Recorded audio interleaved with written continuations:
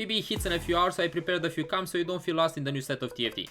The first camp we're gonna talk about is Shaco. I love this unit, it's gonna get nerfed for sure in the first patch, so play it as fast as possible.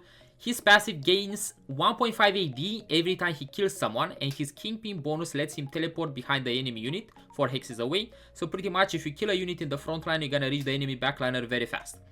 As for items, I think the best items for him are BT, Infinity Edge, Hand of Justice, pretty much like Smitch in this set. But I think like Edge of Night is completely fine. Titans, not so much, but maybe gives a bit of resistances. I'm very curious if QSS is gonna be good. As for secondary carry, I think Twisted Fate is very good also, because you're gonna slow roll at level 5 for Shaco, Mundo, and TF. If you 3-star anything else, it's fine. I think Darius 3-star is very good, but it's not a necessity. Twisted Fate items are like pretty much Rage Blade with any utility, but if you want to like build him burst, I think Archangel and Guardbreaker is pretty good. But in this camp you need to do Shaco and probably Mundo.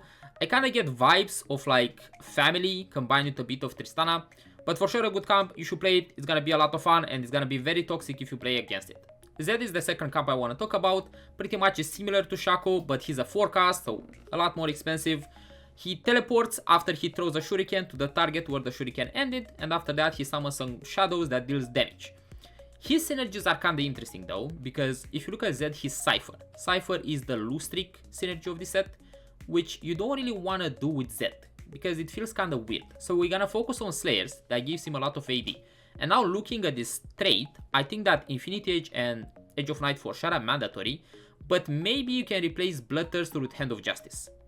Talking about Cypher, by the way, you don't need to play it the entire game.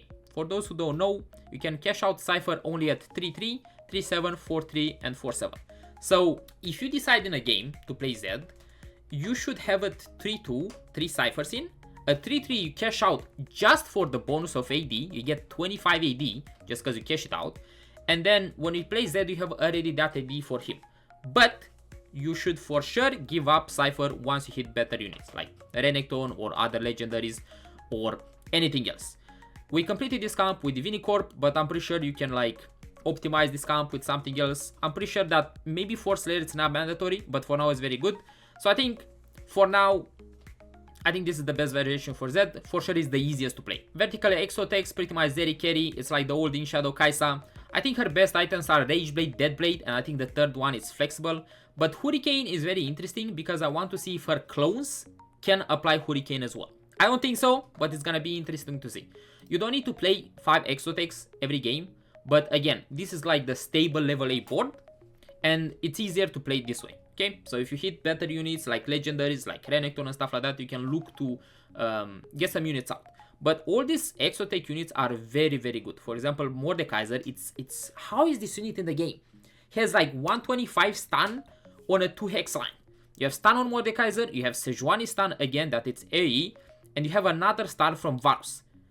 There's so much stun in this camp, I think Zeri is gonna deal so much damage. But you need a secondary carry. For now you use Brand as a AP damage dealer, so pretty much you can slam any items you want in the early game. Again, this is another board that can be optimized, but this is the easiest board for level 8. Golden Ox and Vanguards, pretty much Aphelios main carry with Zaya as utility. We want to have as much frontline as possible. I don't have Rage Blade on Aphelios because I want to see if his ability is very slow or not. For those who don't know, if someone ability is very slow, you shouldn't be a Rage Blade on that caster, because it's better to build maybe Sojin or just have him full AD. Aphelios, we don't know yet, but if his ability is slow, for sure you don't build a Rage Blade, most likely you build Sojin. And if his ability is fast, you can be a Rage Blade for sure. Add as much frontline as possible. I do it for Vanguards. You can add Bruisers as well. Even Bastions, I think you can make it work. Golden Ox, for sure, you wanna play for. Not only because all these units are great, but because you can always play Viego on your board late game. So that's gonna be the cap of this board around Viego. Probably you need some AP items that you're gonna have on any, and then you put them on Viego. So it's very good. Also, for those who don't know, any it's a very good unit and also has the possibility of summoning Tibers. So not only she deals some damage, but you can get another frontline unit through that Tibers pretty much. Ziggs carry pretty much with Cyber Boss and strategies, pretty straightforward. I stole this one from Kim, don't tell him. But pretty much this focuses around Ziggs doing big damage. Cyber Boss give him a very big power spike. pretty sure you don't play around Kobuko or Veigar unless you reroll him. Ziggs is having a very interesting ability where when you play 4 Cyber Bass, instead of making a plus, you're making like a big ass cross on the entire board. So pretty much you can do a lot of burst damage in front line and back line. You can snipe it. For example, if you have like an enemy carry here, you can put Ziggs and ult this unit so it goes this. Like you have like a big ass plus. I think it's gonna be good, but if it's not good with this board, I don't know if Ziggs will need more buffs or no. For now, I think he's one of the main AP damage dealer, of course with Brand, which is very good as well. I think this comp has a potential. We'll see if we need to like adapt and maybe don't play around 5 strategies. Not sure yet. Vertical Anima Squad, pretty much this is the Rebels of set 13. It's the same idea. You need Aurora to make it work. You can play Xayah. You need to play it on the win streak. Items for Xayah are any damage items plus attack speed. I think a Rage Blade is one of her best items. Maybe a red buff will make... maybe it's a good item, not sure yet. Sejuani with Protector's Vow because you want her to cast as fast as possible. And of course you put the tank items on Leona because she gets boosted by the Anima Squad's stats, where you get like 30 MR, 30 magic resist. You don't care about the damage amplification, is fine, but you get more weapons also. Also, I'm pretty sure in the Anima Squad, one of the skill checks will be to select the good weapons. Because again, Anima Squad weapons are randomized on your champions. So it's gonna be very interesting to see exactly how we're gonna play it.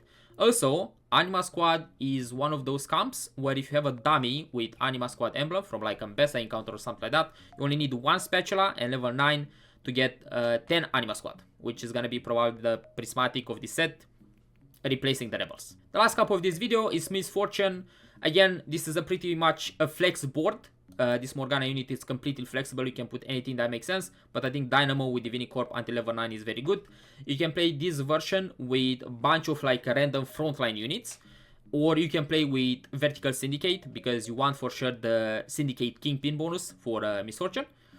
I think it's pretty much straightforward. We had this Misfortune in the past sets. I'm not sure in which set we had it, when she was like Anima Squad if I'm not wrong, but she pretty much does the same stuff. She throws a big volley of waves, and if you have the Kingpin bonus you fire 3 more, which is pretty good. I'm pretty sure Leona is the main tank of this camp as well. If not, probably it's Sejuani. I'm not sure about Cho'Gath yet. I don't know if he's good. His kit looks interesting, but I would say it's like, yeah, average. Alright, this is for this video. If you have like interesting camps that you wanna see and maybe we can play on stream as well, please let me know in the comments. If not, play these and report back.